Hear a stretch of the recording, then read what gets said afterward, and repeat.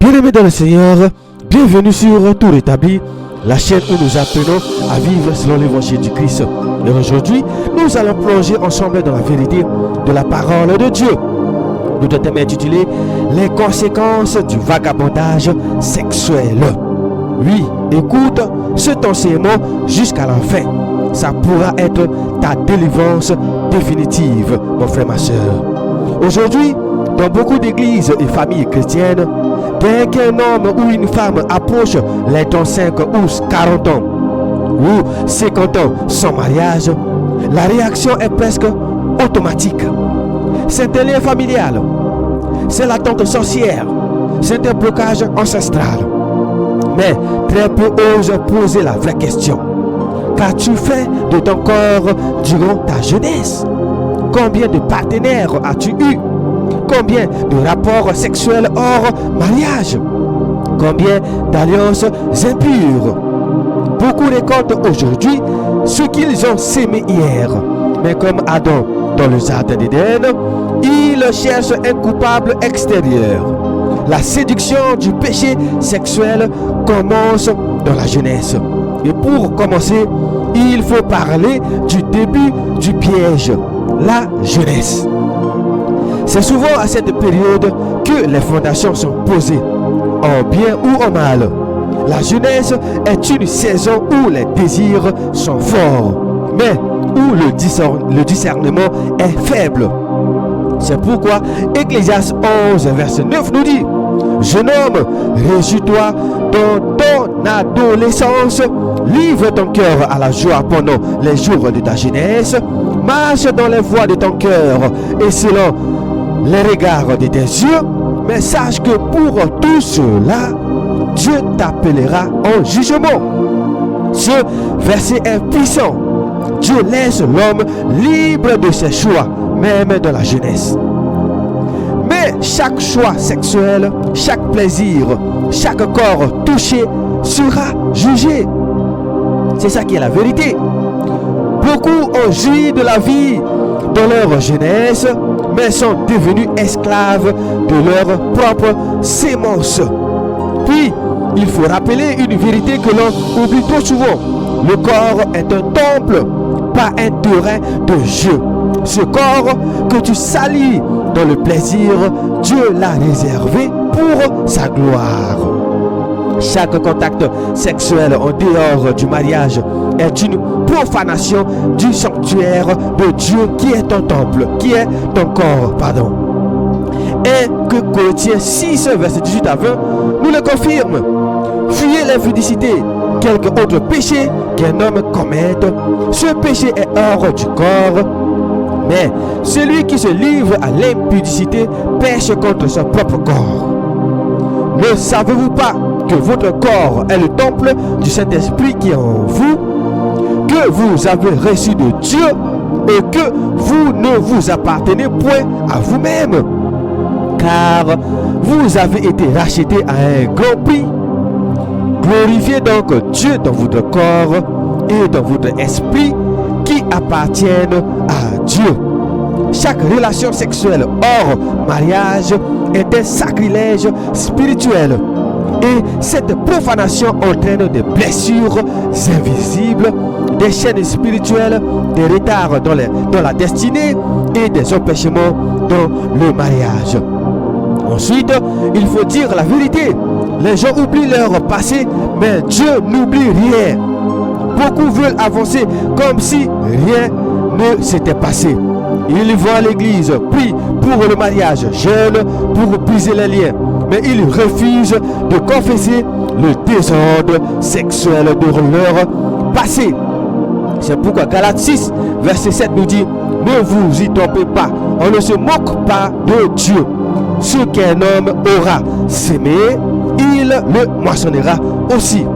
Tu as couché avec 5, 10, 40, 50, 100 personnes dans ta jeunesse. Et tu penses que Dieu t'a oublié? Non, mon frère, ma soeur. Tu as goûté à la fornication pendant des années et tu veux une bénédiction instantanée? Non, Dieu est juste. Il t'appellera à rendre compte.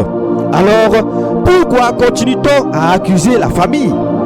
Parce que c'est plus facile que de se repentir. C'est plus simple de dire c'est la tante sorcière que d'avouer j'ai été une prostituée de plaisir, un joueur sexuel insouciant. Mais tant que tu n'as pas confessé ton passé, les démons du plaisir resteront attachés à ton âme. Et aucune prière contre les liens familiales ne pourra détruire ce que toi-même tu as volontairement contracté. Pour sortir de là, il faut affronter la vérité, pas la contourner. Car Jean 8:32 nous dit, vous connaissez la vérité et la vérité vous rendra libre. La vérité ne flatte pas, elle choque, elle blesse même parfois, comme je suis en train de le prêcher. Mais c'est elle seule qui libère. Tant que tu refuses de reconnaître que ton célibat est lié à ton vagabondage sexuel, tu resteras bloqué. Tant que tu accuses ta famille en oubliant tes propres péchés, tu fais fausse route, mon frère, ma soeur. Avant de soupçonner tes parents d'être des sorciers, interroge ton propre passé sexuel. Avant de dire que tu es bloqué, regarde les alliances que tu as créées par le plaisir dans le passé. Et sache que tant que tu n'arraches pas les racines, tu n'auras jamais la paix ni le mariage selon Dieu. Maintenant que tu sais que ton corps est un temple, il est temps d'exposer ce que chaque rapport sexuel produit en toi spirituellement. Ce que beaucoup ignorent ou refusent de croire, c'est qu'en matière de sexualité, on ne fait jamais juste un acte charnel.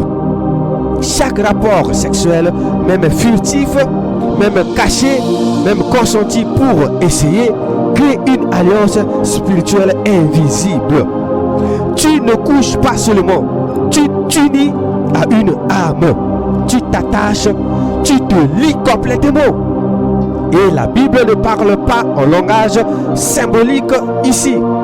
Le sexe est une union d'âme, même sans mariage. C'est pourquoi 1 Corinthiens 6, verset 16 nous dit, ne savez-vous pas que celui qui s'attache à une prostituée est un seul corps avec elle? Car, est-il dit, les deux deviendront une seule chair. Ce verset est bouleversant. Dieu ne dit pas les deux auront du plaisir. Il ne dit pas les deux auront un moment ensemble. Non. Il dit les deux deviendront une seule chair. Cela veut dire qu'à chaque rapport sexuel, tu t'attaches à l'âme de l'autre. Tu fais une fusion invisible, un lien invisible. Tu importes ce que cette personne est spirituellement dans ton propre système.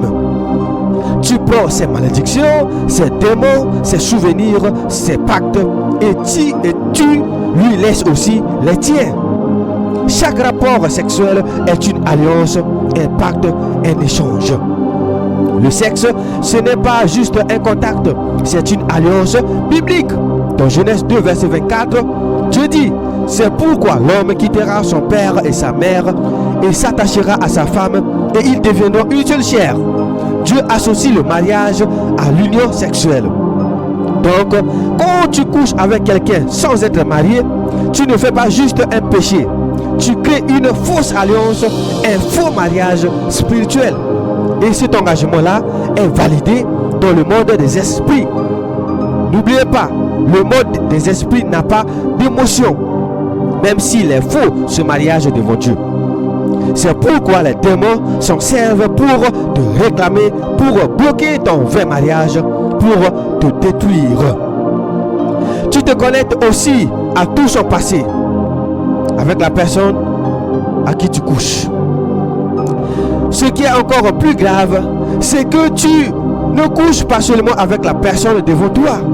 Tu couches aussi avec tout ce qu'elle traîne spirituellement dans sa vie. Ses ex, ses pactes occultes, ses maladies spirituelles, ses attachements, ses malédictions familiales.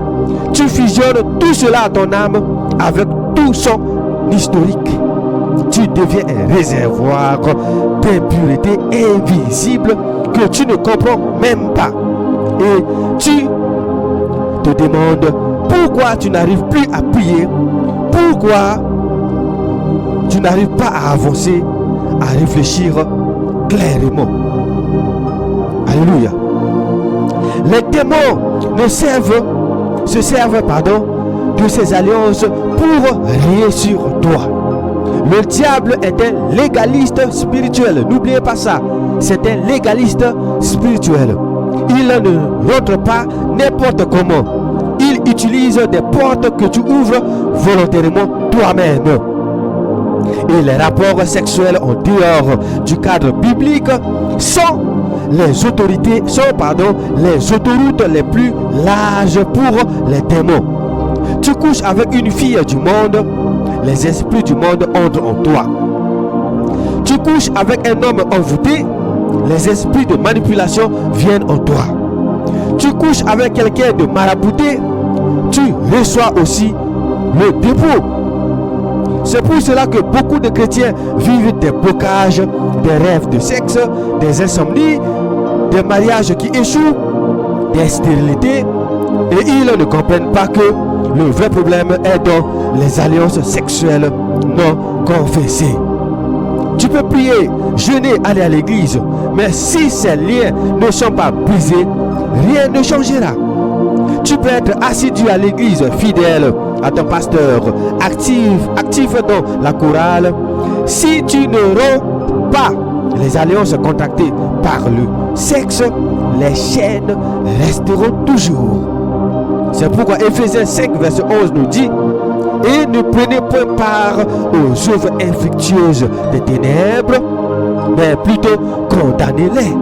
Tu dois confesser tous les rapports sexuels passés, briser toute attache d'âme, rejeter tout lien sexuel, te séparer intérieurement et spirituellement de tous tes ex. Demander au Saint-Esprit de te purifier totalement. Alors, chaque rapport sexuel te colle à une personne. Chaque personne te relie à des esprits. Et chaque esprit peut ruiner ta vie sans que tu ne comprennes pourquoi.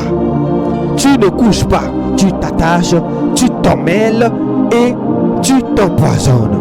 Et tant que tu ne te décolles pas par la confession, la repentance et la purification, tu ne verras jamais le plan glorieux de Dieu pour ta vie sentimentale.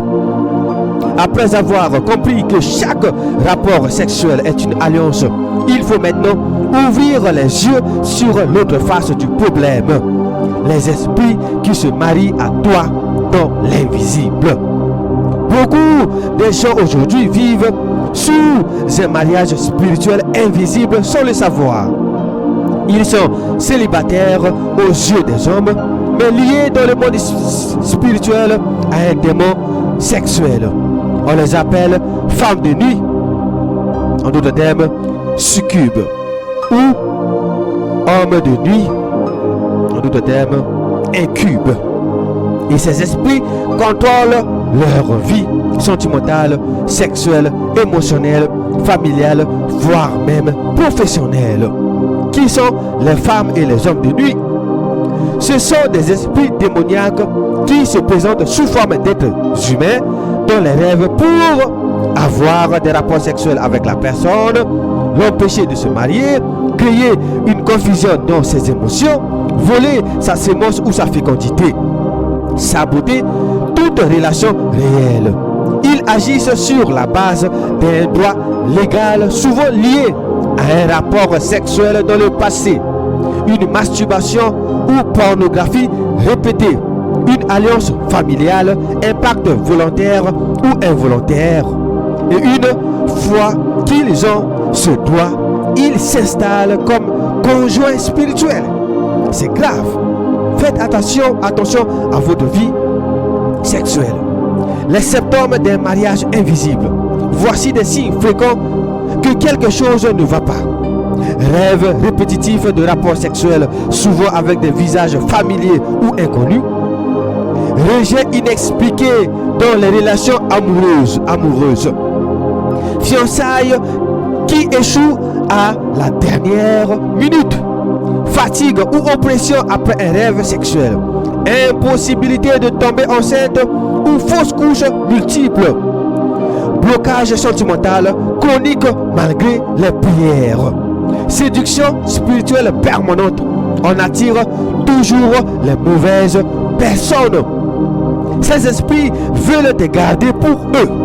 Et tant que tu ne les déloges pas, personne ne pourra te garder dans la paix. La Bible en parle d'elle, oui. Mais si la Bible ne les appelle pas femmes de nuit ou hommes de nuit, elle parle des alliances démoniaques liées à sexualité. Les géants dans Genèse 6, lisons ça. Genèse 6, verset 2. Le Fils de Dieu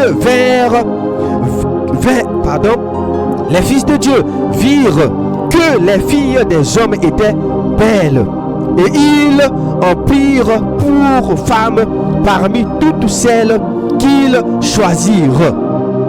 Des esprits déchus, anges rebelles, sont descendus pour s'unir charnellement avec des femmes. Ces unions ont produit une génération maudite. Les rêves impurs et la sueur nocturne.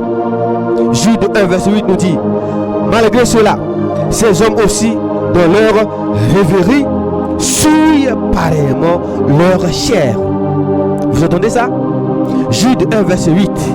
Malgré cela, ces hommes aussi, dans leur rêverie, souillent pareillement leur chair.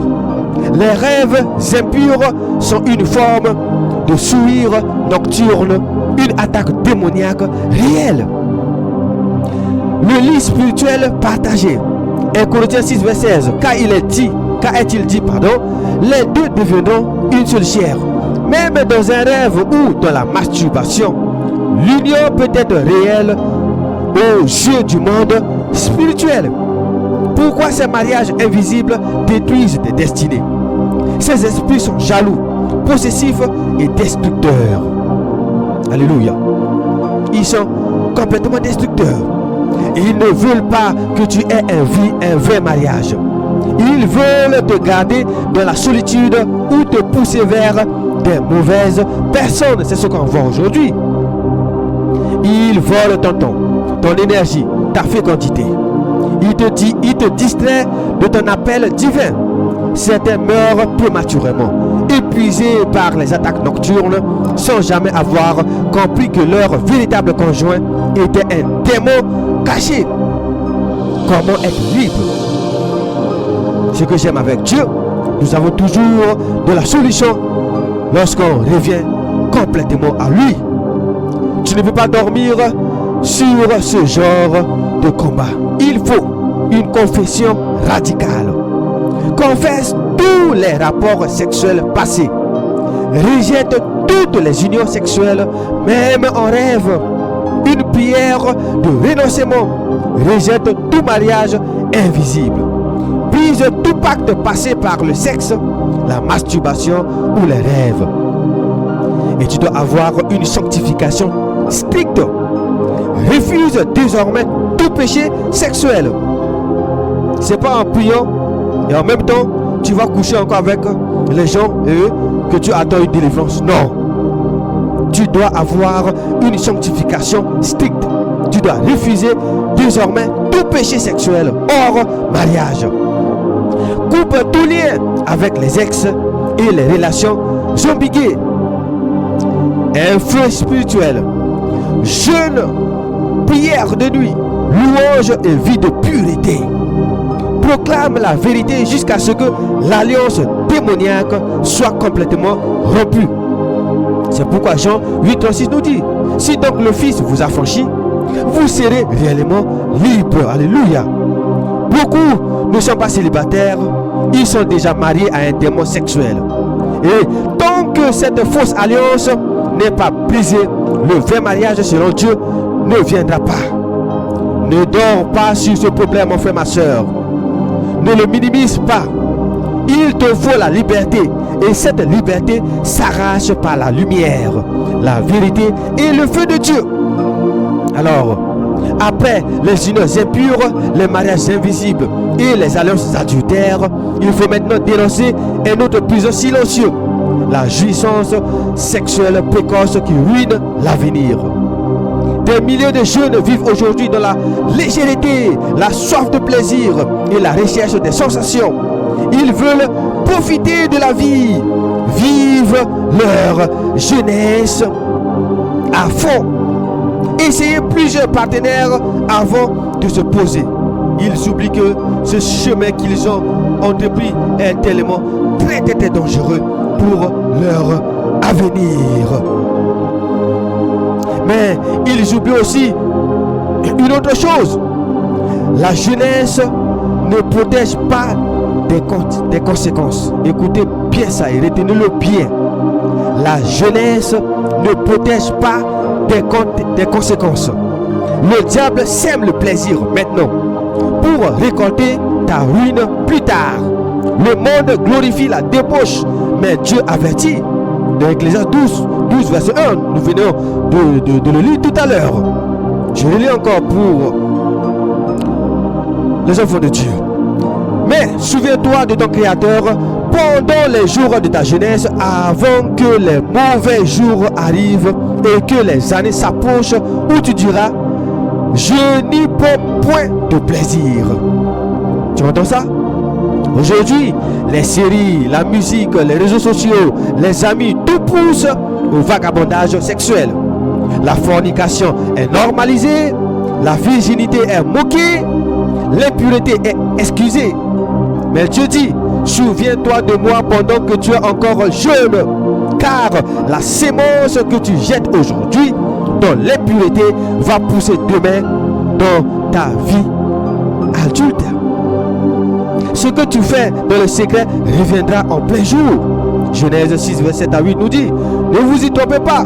Galates 6, verset 7 à 8 nous dit: ne vous y trompez pas, on ne se moque pas de Dieu. C'est qu'un homme aura sémé, il le moissonnera aussi. Celui qui sème pour sa chair moissonnera de la chair la corruption, mais celui qui sème pour l'esprit moissonnera de l'esprit la vie éternelle. Les jeunes couches s'attachent, se souillent et croient qu'en se mariant plus tard ou en devenant chrétien, tout disparaît. C'est faux. Ce que tu sèmes dans la chair reviendra sous forme des blocages sentimentaux, de maladies, d'amertume intérieure, de troubles émotionnels, de divorce précoce ou même d'incapacité à aimer réellement. Le plaisir d'un instant peut détruire ta destinée entière. Le diable ne te combat pas seulement pour te faire tomber aujourd'hui. Il veut ruiner ton mariage futur, ta stabilité, ton ministère, ta paix. Nous prenons l'exemple de Samson. Dans Juge 16, verset 1. Samson partit pour Gaza. Il y vit une prostituée et il entra chez elle. Samson était choisi puissant, mais il a joué avec le feu du plaisir et a fini aveugle, enchaîné, utilisé comme des clowns pour ses ennemis. Pourquoi? À cause d'un plaisir sexuel répété sans contrôle. Et aujourd'hui, combien de jeunes Samson sont en train de se saboter volontairement? Mais mes convertis, ce que tu as sémé peut te poursuivre si tu ne te réponds pas vraiment. Le piège du diable, c'est de te dire: maintenant que tu es chrétien, c'est fini, Dieu t'a pardonné. Alors que c'est faux. Oui, Dieu pardonne, mais le pardon n'efface pas automatiquement les alliances et les sémences que toi-même tu contactes volontairement. Il faut briser, renoncer, désavouer, se purifier. C'est pourquoi 2 Corinthiens 7, verset 1 nous dit: purifions-nous de toute souillure de la chair et de l'esprit, en achevant notre sanctification dans la crainte de Dieu. Tant que tu gardes des souvenirs, des contacts, des désirs, la porte reste ouverte. La jeunesse sans crainte de Dieu est une bombe à retardement. Tu ris aujourd'hui, tu profites, mais dans quelques années, si tu ne changes pas, tu pleureras ce que tu as sémé. C'est clair. C'est juste une question de temps. Dieu ne veut pas que tu rates ton avenir jeune. Mais pour le protéger, ton avenir, il faut tuer ton aujourd'hui charnel. C'est pourquoi Romains 13, verset 13 à 14 nous dit: marchons honnêtement comme en plein jour, loin des orgies et de l'ivrognerie, de la luxure et de la débauche, des querelles et des jalousies. Mais revêtez-vous du Seigneur Jésus-Christ et ne prenez pas soin de la chair pour en satisfaire les convoitises. Jeunesse sans sanctification égale vie adulte sans stabilité. Plaire à la chair maintenant égale pleurer son avenir demain. Ce que tu fais avec ton corps aujourd'hui peut enterrer ton mariage, ta paix, ton ministère, voire même ta vie. C'est maintenant qu'il faut te sanctifier. C'est maintenant qu'il faut t'arrêter. Car si tu continues, le plaisir te coûtera tout. Alors, après avoir exposé les racines du problème, les unions impures, les alliances démoniaques, les mariages adultères et les plaisirs destructeurs, il est temps de parler aussi de la solution. Et cette solution, ce n'est pas juste une prière ou un jeûne. Ce n'est pas non plus une belle émotion à l'église. C'est un processus de purification profond, violent, douloureux parfois, mais nécessaire pour retrouver la liberté. Car Jésus-Christ libère, oui, mais il ne libère pas ceux qui s'accrochent encore à ceux qui les enchaînent. Dieu est prêt à restaurer, mais toi, es-tu prêt à renoncer? C'est pourquoi il a dit dans Jean 8, 6, si donc le Fils vous affranchit, vous serez réellement libre. Oui, la délivrance est possible.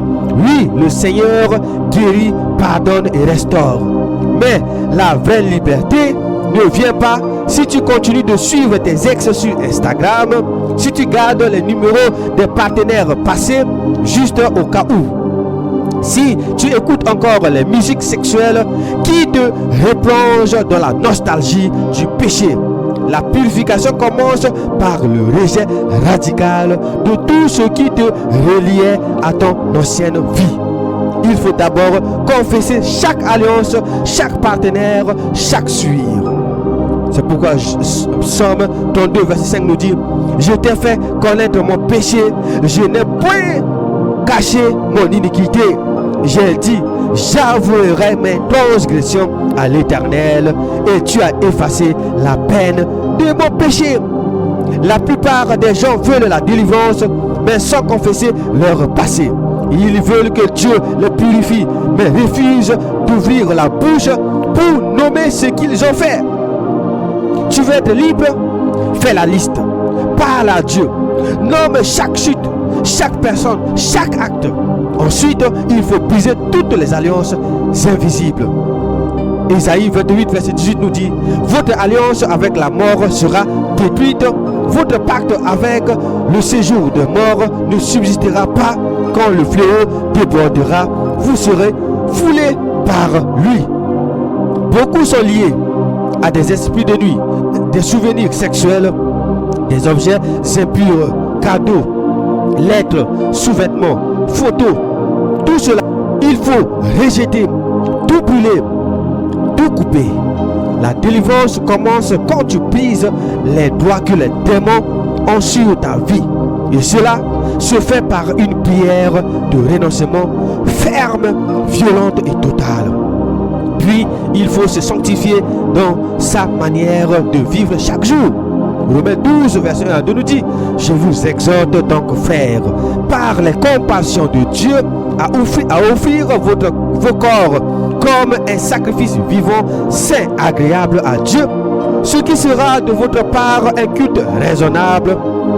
Ne vous conformez pas au siècle présent, mais soyez transformés par le renouvellement de l'intelligence. Tu veux être pur? Alors vis comme un sanctuaire vivant, dans ta façon de t'habiller, dans ton langage, dans tes pensées, dans tes fréquentations, dans tes choix. Tu ne peux pas être sanctifié si tu vis comme ceux qui vivent dans l'impureté. Dieu te donnera un nouveau départ si tu marches dans la vérité. Alléluia. C'est pourquoi il a dit dans Somme 51, verset 10, ô Dieu, crée en moi un cœur pur, renouvelle en moi un esprit bien disposé. Alléluia. Dieu est prêt à te guérir de tes blessures intérieures, à effacer les traces des anciens partenaires, à rompre toutes les chaînes invisibles et même te préparer pour un vrai mariage selon sa volonté. Alléluia. Mais il ne le fera pas tant que tu restes lié à tes anciens plaisirs. Tu as peut-être été souillé, attaché, trompé, lié, ruiné. Mais si tu décides aujourd'hui de te repentir radicalement, de tout confesser, de renoncer totalement à ta vie passée, de te sanctifier jour après jour, alors Jésus-Christ te libérera réellement et il te restaurera entièrement. Ce n'est pas la famille, ce n'est pas la société, ce n'est pas le diable seul, c'est d'abord ton histoire à toi qu'il faut régler. Et aujourd'hui, Dieu te tend la main, mon frère, ma soeur, pas pour t'excuser, il n'est pas en train de te juger, mais pour te nettoyer, te reconstruire et t'envoyer libre, sanctifié et rempli de toute sa puissance. Alléluia. C'était votre frère Rodrigue Simbatominine. Demeurez toujours béni dans la paix de notre Seigneur et Sauveur Jésus-Christ.